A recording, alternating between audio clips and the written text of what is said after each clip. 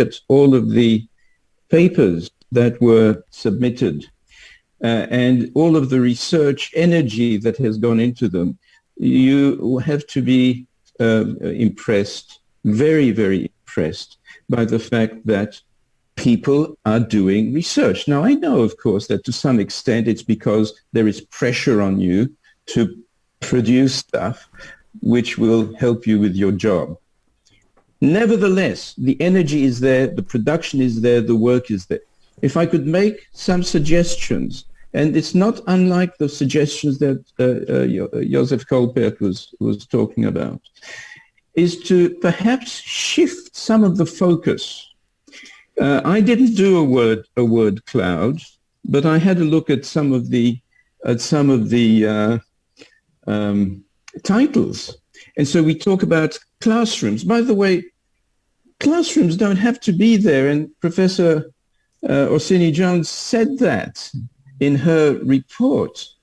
We have to start questioning what we are doing, perhaps in a better way, looking towards more openness, towards more freedom, towards more autonomy. But autonomy, of course, has many definitions. Towards self-organization. And we can think of Sugata Mitra's work, or indeed, to some extent, mine, and so on, in self-organizing learning systems. I noticed that there are words we find, themes that repeat themselves, strategies, perspectives, attitudes, challenges. And okay, I agree that these are important because they are local and we have to solve problems locally. And then we have words like blended learning, flipped learning, virtual learning. And I agree actually very strongly with Joseph about things like blended learning. I mean, we talk as if these things were new for a start, and they're actually not new at all. We've been doing blended learning for thousands of years. We just didn't have computers. Okay? And flipped learning, we used to call this preparation. Go home and prepare yourself and come to class and we'll talk about it.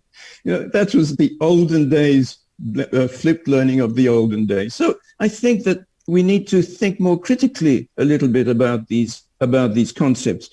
And then we have words that were not used in this conference, like ELF.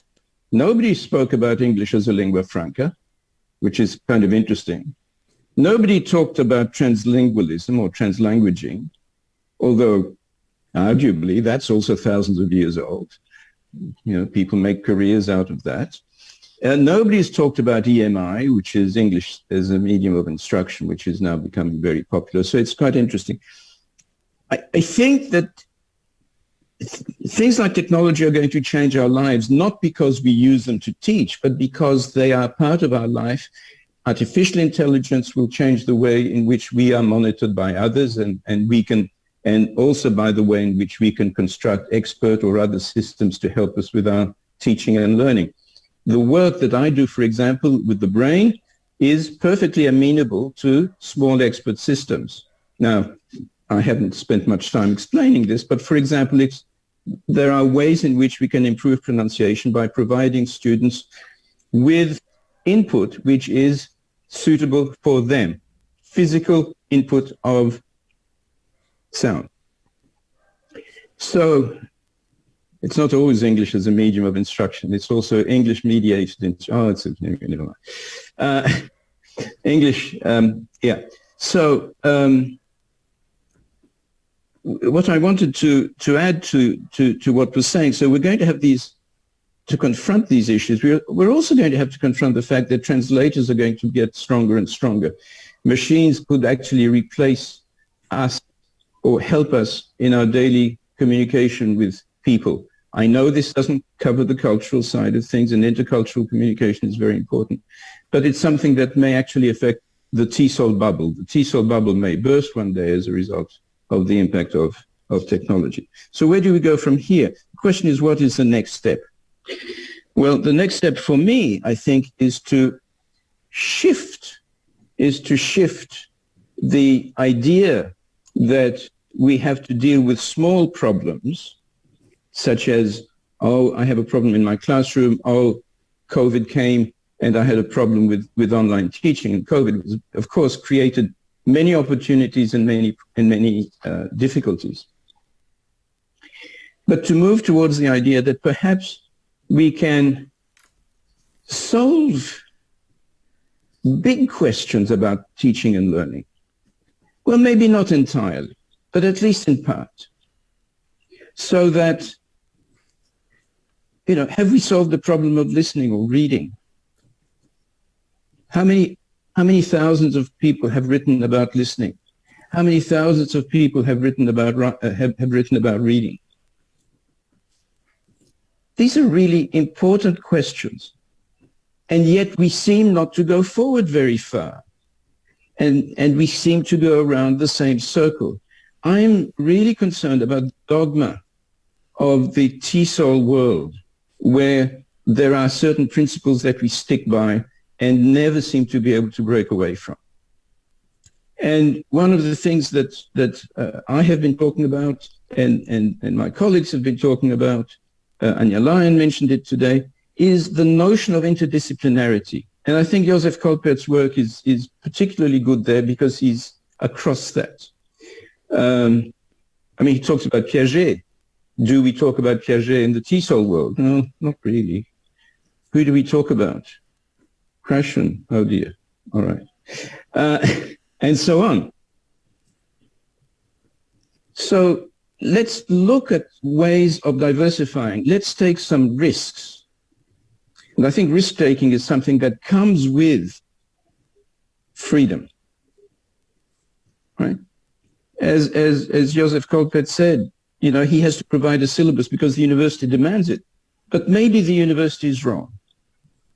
Maybe the university has to give some space for educators to put together systems that are dynamic, that are negotiable, that are negotiated, and which can then use resources, either human or mechanical or electronic, to assist with the learning process. So I think everybody's done a terrific job today. I think all the participants have done wonderful papers. A lot of them have been very technically correct on very narrow issues. Maybe we need to expand it a little bit. And let's harness that incredible energy that Vietnam has. I love Vietnam. One of the reasons that I do, and one of the reasons I work there, is because of that energy. And a lot of my best students are Vietnamese. I've had two just recently, PhD graduates who are outstanding scholars. So next year, I hope to see you again. I hope that we will be full of energy, and that when we go home after this moment of energy production, we can maintain at least some of it during the rest of the year. Thank you very much. Thank you to the organizers. Thank you to Professor Pham Vu Phi Ho. Thank you to Dr. Phan Te Hung. Thank you to all the MCs and to everybody who's worked so hard to make this a great success. I think it's been wonderful. Goodbye, and see you next time. Thank you, Professor Andrew, with your final sharing and suggestions for all the educators and researchers here. We believe that with the presentation from Professor Joseph and the final notes from you, they all have given us a guideline to help teachers navigate the research focus and locus on their own settings. Well, Excellencies, distinguished guests, ladies and gentlemen, the keynote address from Professor Joseph Kolpert has wrapped up our first international conference of TESOL and education and VO TESOL 2022, organized by Văn Lang University. Please, before closing the meeting, we do hope to get a photo of all participants here. Save this special moment after the whole day of enormous sharings from our wonderful speakers. Please open your camera and have a big smile with us.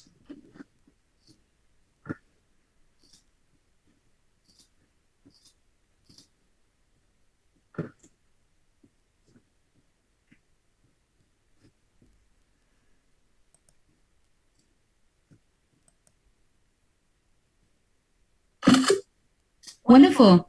I got pictures of all of you guys. Thank you again. Thank you so much for that. So on behalf of the organizer, Vang Lan University, thank you all for making your time in your busy schedules to join us here this beautiful Saturday. It's been our pleasure to host this event, and I wish you all a pleasant evening. Thank you. Basically, it should be a pleasant day because with different people, it comes with different time scale. Thank you again. Bye-bye. See you later. Thank you very much. Thank you very much, Thank you very much. Thank you very much, everybody. Fantastic. Wonderful Thank day. you. Bye. Thank you very much. Thank you, everyone. Bye. Bye. See you again in the next conference.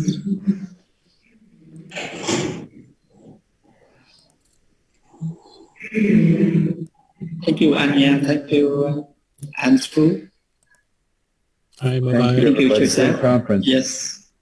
Yeah. And John Baker, O'Murray. Yes. We are very happy today to have you. Yes, thank you. Bye-bye.